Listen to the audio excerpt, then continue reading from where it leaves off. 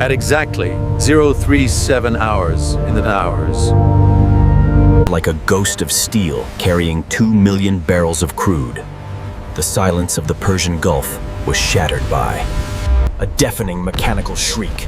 An Iranian UAV plunged into the deck like a dagger. In 12 seconds, the steel hull was split open. The oil began to spill into the burning Gulf. A $200 million asset. The flames on the deck of the Alsami not only illuminated Dubai sky. Believed they had activated the lethal strike of the century. They believed they had pushed the Fifth Fleet into the kill box of the Strait of Hormuz.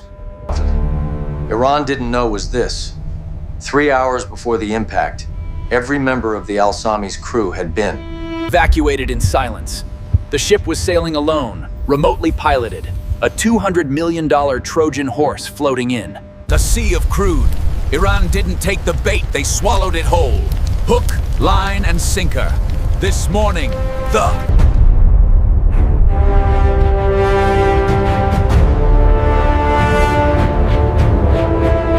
see it in real time.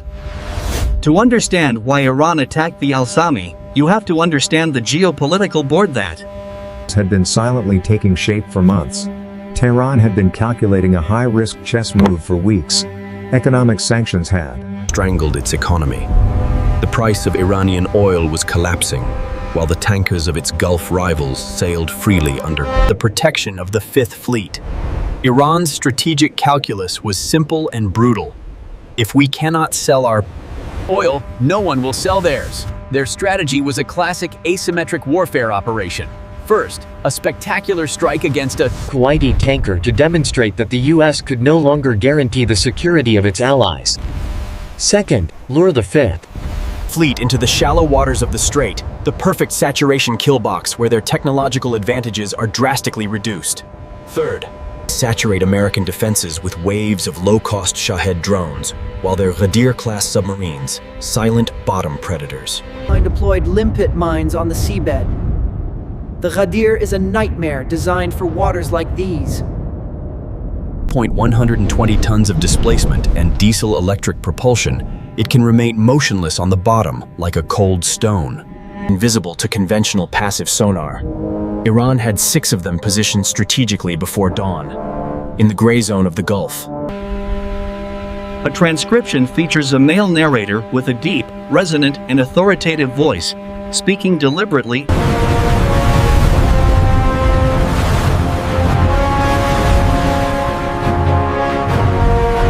Of the Alsami still roared over the Gulf, the Fifth Fleet activated what NATO analysts call the System of Systems, a multi-domain intelligence network that turns the battlefield into a perfectly illuminated chessboard. From the thermosphere, Lockheed Martin's KH-11 reconnaissance satellites silently reoriented their mirrors with a resolution of 10 centimeters from 300 kilometers altitude. The KH-11 can distinguish the model of a rifle on a naval deck.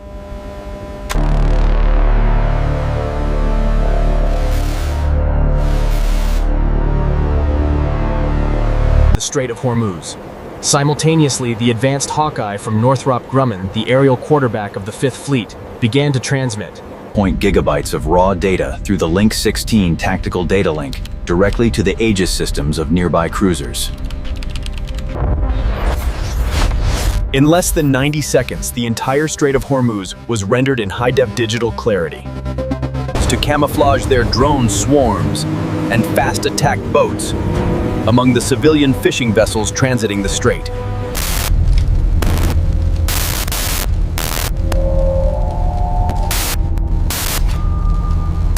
Instead of saturating the area with active radar pulses, the Aegis system switched to AI-driven behavioral analysis, fed by data from the E-2D. Civilian vessels moved in stable, predictable lines.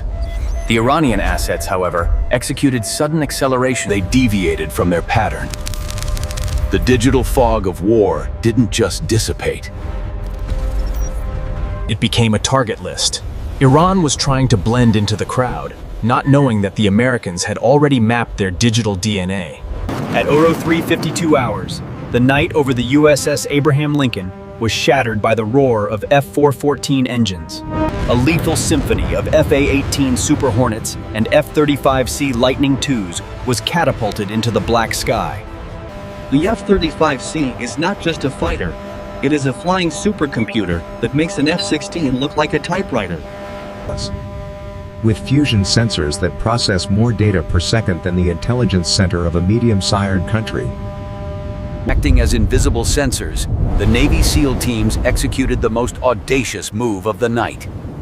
At 0358 hours, using the mile-and-a-half-high column of black smoke rising from the Alsami as a tactical screen, stealth insertion craft transported SEAL teams silently toward Iranian coastal radar stations. Ghosts in the suit, invisible to Iran's ground defenses. The kill chain had begun, and Tehran still didn't know it. If you were the commander, Would you choose A, maintain Aegis Silent Mode and keep the element of surprise? Or At 0405 hours, the situation went from bad to catastrophic.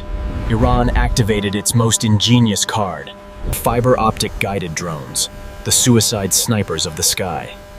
These devices drag a physical glass thread while They fly, making them completely immune to conventional radio frequency jammers. They don't transmit signals through the air, they cannot be silenced by traditional means. It was a low-tech solution designed specifically to castrate the most advanced electronic systems in the world. Raytheon responded with the evolved Sea Sparrow Block 2 missiles fired from the vertical launch cells. The Block 2 incorporates a dual-mode seeker, capable of acquiring targets even camouflaged among the clutter of the bull. Waves. The horizon was instantly painted in fragments of magnesium and fire, what the sailors of the Fifth Fleet called titanium confetti.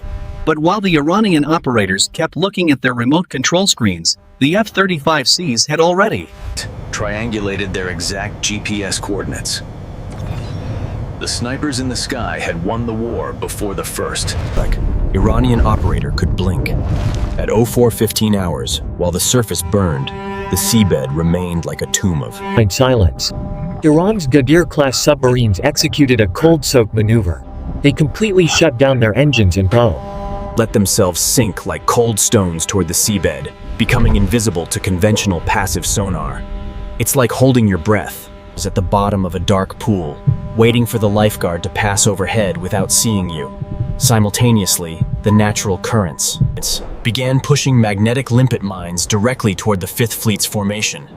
At 0422 hours, a Ghadir had bypassed the outer acoustic net.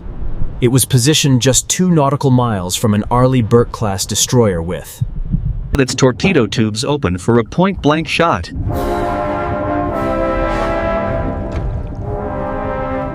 The aft deck of the destroyer, an MH-60R Seahawk, the most lethal anti-submarine hunter in the world, had already been minutes. Flying in low-altitude coverage.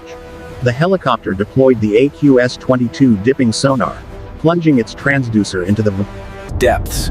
The ping echoed on the hull of the Ghadir like a digital hammer. The Iranian submarine suddenly was no longer invisible. It was a target, but the Navy didn't settle for locating it. It isolated it.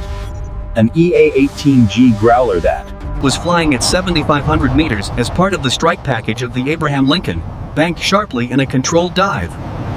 The Growler is the digital god of electromagnetic warfare, an aircraft whose mission is not to destroy bodies, but to lobotomize minds. Electronic executed a surgical spot jamming over the specific VLF frequencies that Iran uses to communicate orders to its submarines from land.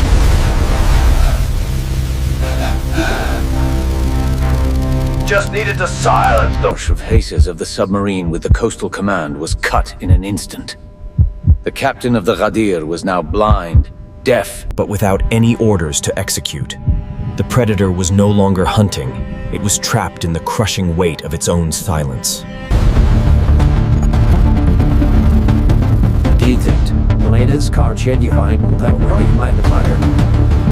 At 0435 hours, this is where the true nightmare begins. Not for the Fifth Fleet, but for Iran. With the last conventional drones swept from the sky, the US Navy abandoned brute force and activated something much more terrifying: the ability to rewrite the reality of the battlefield. The EA-18G Growlers, flying electromagnetic guillotines, initiated the Digital Radio Frequency Memory Protocol. Think of DRM as a quantum photocopier. incoming Iranian radar pulses, clones them with perfect precision, and returns them with a calculated microscopic delay. The result: on the ground is total disorientation. On the Iranian radar screens, the modest American task force suddenly multiplied. But by 100.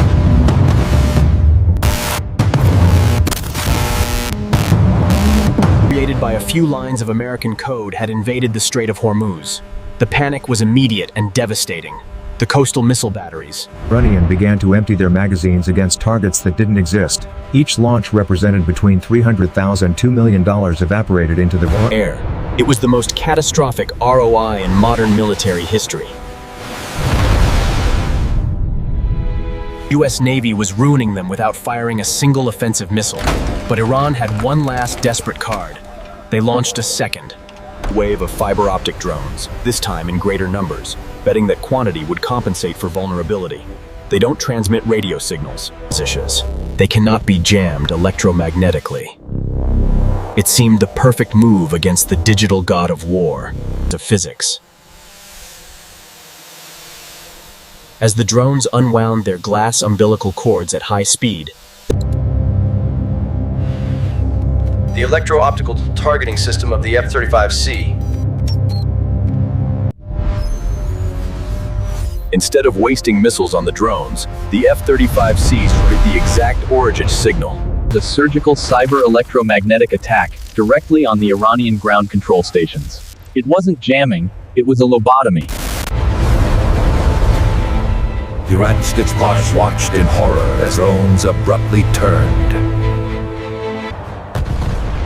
some initiated a self-destruct dive. Others simply fell from the sky like dead birds. The hunter hadn't even broken a sweat. At 04:45 hours, inside the Iranian technical units, the brightest engineers in Tehran finally understood the magnitude of the disaster. Their coordinates were jumping chaotically across the map. Their automated systems were spinning in endless logic loops with no exit. They screamed at their units to shut everything down, to abandon automatic systems and switch to manual visual control. When it reached zero, the entire Iranian defense architecture was left in total darkness, their most valuable assets exposed and unprotected.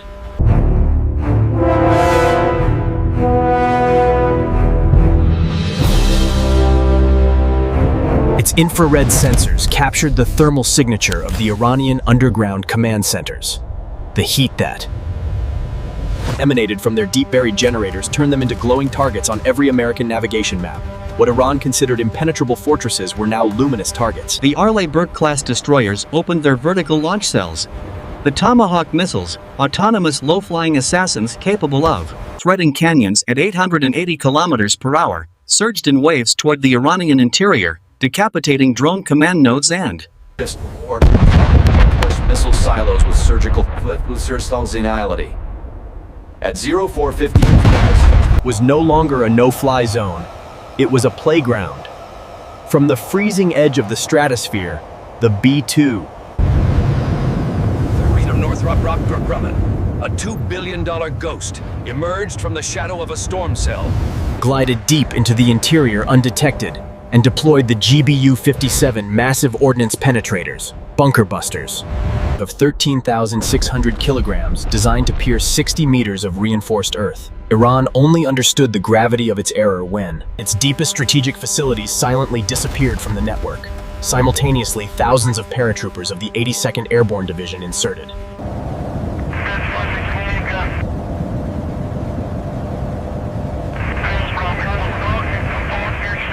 Had closed completely. Iran believed it was playing high-stakes poker. The US Navy had already seen every card of their hand and showed them a royal flush. The final balance was brutal and asymmetric. Iran lost 6 Ghadir submarines immobilized. The entirety of their coastal missile reserves emptied against digital ghosts.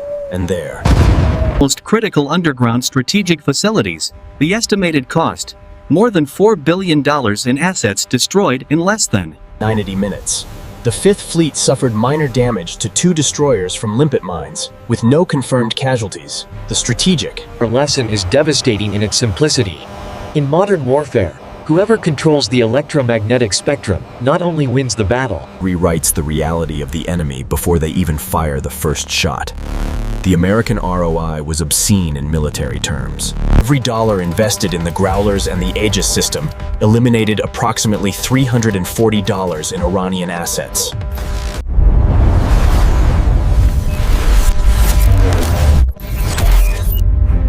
The superiority. But the board is not clean. Tehran still stands. Its proxy networks in Iraq, Yemen, and Lebanon remain intact.